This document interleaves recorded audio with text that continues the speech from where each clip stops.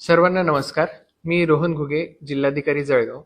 आपल्या सर्वांना माहीतच आहे की आपल्या देशामध्ये मतदार याद्यांच्या सखोल पुनरीक्षणाचे काम सुरू करण्यात आलेले आहे. या कामामध्ये 3 टप्पे आहेत आणि त्यामध्ये नागरिकांचा सहभाग हा अत्यंत महत्त्वाचा आहे.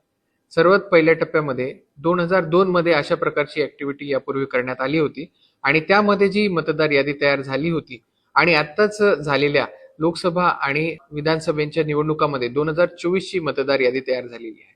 ज्यांचं नाव 2024च्या मतदार यादीमध्ये आहे आणि 2002च्या मतदार यादीमध्ये देखील आहे, त्याचा जो ताळमेळ करता येईल, मॅपिंगची ही पहिली स्टेप आहे. तर ती मॅपिंग होत असेल तर त्याप्रमाणे BLO आपल्या मॅपिंग करून घेतील.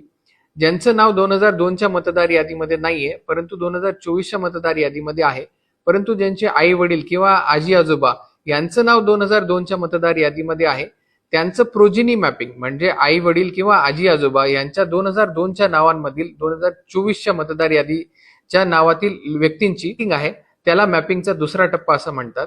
आणि या दोन्ही टप्प्यांमध्ये जे व्यक्ती आढळून येणार नाहीत असे 2024च्या मतदार यादीमधील व्यक्तींची नावं ही अनमॅप्ड नावं असतील, त्यांच्या ठिकाणी BLO हे प्रत्यक्ष हाऊस व्हिजिट किंवा ग्रहभेटी करून हे भेट देतील आणि त्यानंतर मग त्यांची जी मॅपिंग आहे, जी प्रोजिनी मॅपिंग किंवा इतर कुठल्या पद्धतीची मॅपिंग आहे, ती BLOच्या प्रत्यक्ष व्हिजिट नंतर 2024च्या मतदारसंघातल्या मतदार यादीमधल्या अनमॅप्ड लोकांची मॅपिंग होणार आहे. तर अशा प्रकारच्या 3 टप्प्यांमधला हा पुनर्निरीक्षणाचा जो कार्यक्रम आहे तो अगदी सखोल पुनर्निरीक्षण होणार आहे. तर त्यामध्ये नागरिकांचा सहभाग अत्यंत महत्वाचा आहे.